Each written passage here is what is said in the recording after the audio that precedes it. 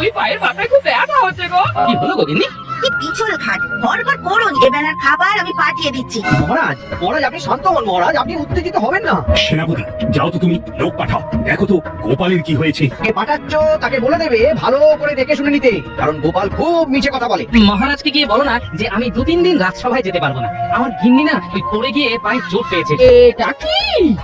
তোমার পায়ে এই মাখা আটার একটা প্রলেপ দিয়ে দেবে। আটাটা শুকিয়ে গেলে দেখবে পায়ে খুব আরাম পাবে। তবে তো গোপালের খুব কষ্ট হচ্ছে। তুমি ঠিক বলেছো বিজ্ঞানী, মন্ত্রী এমন করে কান ভাঙানি দেয় না। আমি আমি কি করলাম মহারাজ? আরে মনটাকে উদার করো। পায়েসের গন্ধ বাইরে থেকেই পাচ্ছিলাম। ভূতের গল্প শুনবো আর পায়েস খাবো। তাহলে গল্প শুরু করা যাক। তো রওনা দিলাম। সেদিন অমাবস্যা ছিল, খুব ঘুটে অন্ধকার। কি গো গারোয়ান, কি বুঝছো? গোপাল দাদা, খুব খিদে পেয়ে গেছে। আরে খিদে তো আমারও পেয়েছে, আবারও আছে, কিন্তু জ্বালায় জল নেই তো। দাদা, কিসের একটা আওয়াজ হচ্ছে। এটা ঠিক 4 পেয়ে জানোয়ারদের হাঁটা নয়, 2 পেয়ে মানুষের হাঁটা। বিপদে পড়েছেন। কি আছে ডান দিকে, লোকটা হলো বাম দিক দিয়ে। ডাকাতটাকে নয় তো? আমি সাধারণ এক লোক, ডাকাত দলের কেউ নই, একটা মানুষ। আপদে বিপদে সাহায্য করাটা আমার একটা নেশা। একটা ঘর আছে আর সামনে একটা টলটলে পুকুর। কুকুর? কুকুর? আরে এ তো মেঘ না চাইতে জল। কোথাও যেতে হবে? অল্প একটু যেতে হবে, এই তো আমরা এসে গেছি। এ তো দেখি ভূতের বাড়ি। মাকে দেখে কি আপনাদের ভূত বলে মনে হয়?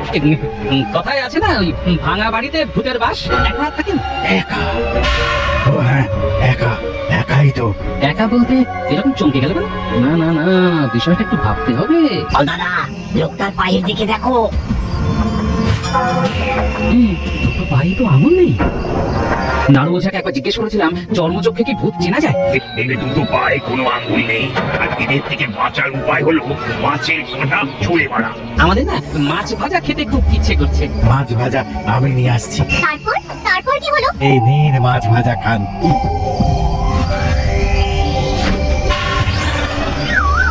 আরে, কি চলছে রে?